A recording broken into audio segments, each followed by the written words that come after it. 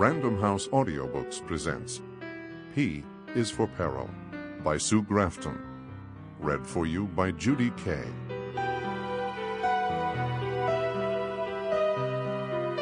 P is for Peril.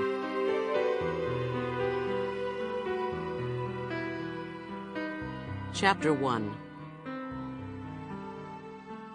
The house on Old Reservoir Road appeared to be in the final phases of construction.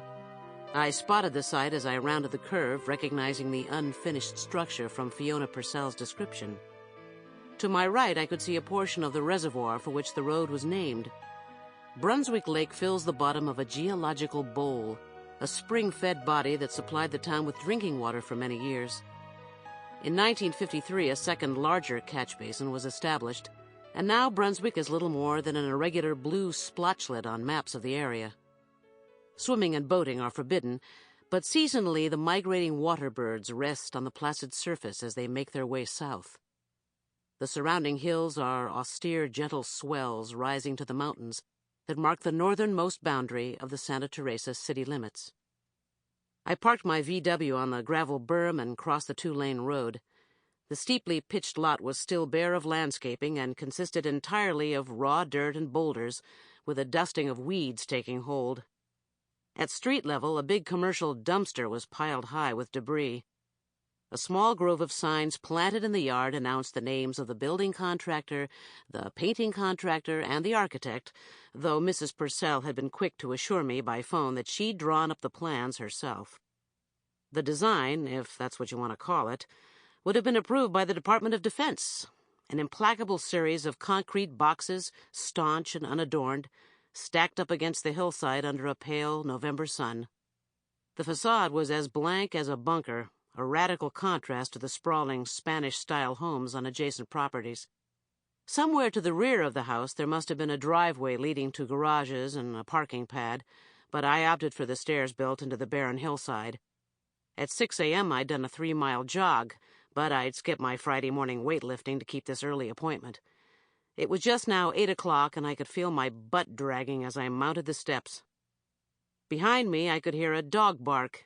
Its deep-throated yaps echoed through the canyon, conveying a message of excitement. A woman was calling, "Trudy! Trudy!" while the dog barked on.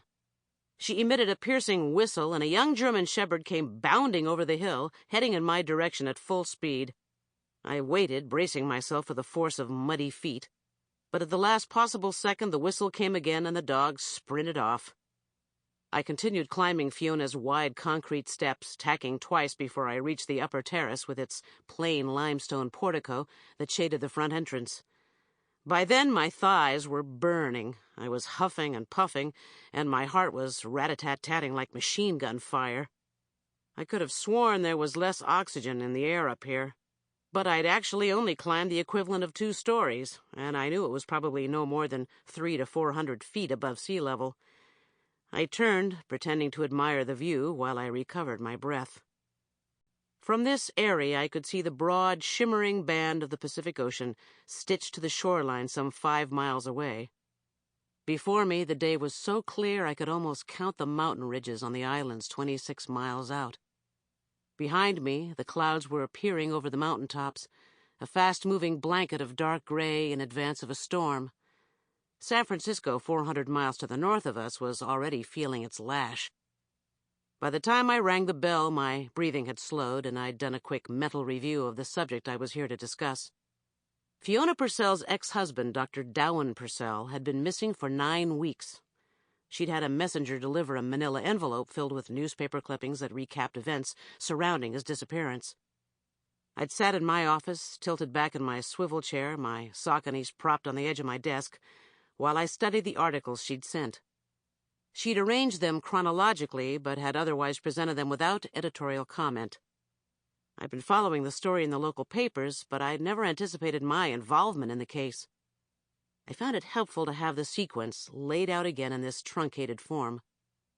I noticed that over the course of 9 weeks, the character of the coverage had shifted from the first 72 hours of puzzlement through days of feverish speculation and into the holding pattern that represented the current state of the investigation. Nothing new had come to light, not that there was ever much to report. In the absence of fresh revelations, the public's fascination had begun to dwindle, and the media's attention to the matter had become as chilly and abbreviated as the brief November days. It is a truth of human nature that we can ponder life's mysteries for only so long before we lose interest and move on to something else.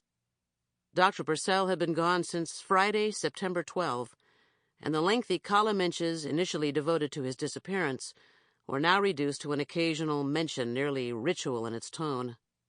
The details were recounted, but the curiosity had shifted to more compelling events. Dr. Purcell, 69 years old, had practiced family medicine in Santa Teresa since 1944, specializing in geriatrics for the last 15 years. He'd retired in 1981. 6 months later, he'd been licensed as the administrator of a nursing care facility called Pacific Meadows, which was owned by 2 businessmen. On the Friday night in question, he'd worked late, remaining in his office to review paperwork related to the operation of the nursing home. According to witnesses, it was close to 9 o'clock when he stopped at the front desk and said goodnight to the nurses on duty. At that hour, the occupants had settled down for the night. The corridors were empty and the residence doors were closed against the already dimmed hall lights. Dr. Purcell had paused to chat with an elderly woman sitting in the lobby in her wheelchair. After a cursory conversation, less than a minute by her report, the doctor passed through the front door and into the night. He retrieved his car from his reserved space at the north side of the complex, pulled out of the lot, and drove off into the inky void from which he'd never emerged. The Santa Teresa Police and the Santa Teresa County Sheriff's Departments had devoted endless hours to the case, and I couldn't think what avenues remained that hadn't already been explored by local law enforcement. I rang the bell again. Fiona Purcell had told me she was on her way out of town, a 5-day trip to San Francisco, to purchase furniture and antiques for a client of her interior design firm. According to the papers, Fiona and the doctor had been divorced for years. Idly, I was wondering why she'd been the one who called me instead of his current wife, Crystal. I saw a face appear in one of the 2 glass panels that flanked the entrance. When she opened the door, I saw that she was already dressed for travel in a double-breasted pinstripe suit with wide lapels. She held a hand out. "Miss Millhone? Fiona Purcell. Sorry to make you wait. I was at the back of the house. Please come in." "Thanks. You can call me Kinsey if you like." "Nice meeting you," I said. We shook hands, and I moved into the entrance hall. Her handshake was limp, always startling in someone who otherwise seems brisk and businesslike. I placed her in her late 60s, close to Dr. Purcell's age. Her hair was dyed a dark brown, parted on one side with puffy bangs and clusters of artificially constructed curls pulled away from her face and secured by rhinestone combs, a style affected by glamour girl movie stars of the 1940s.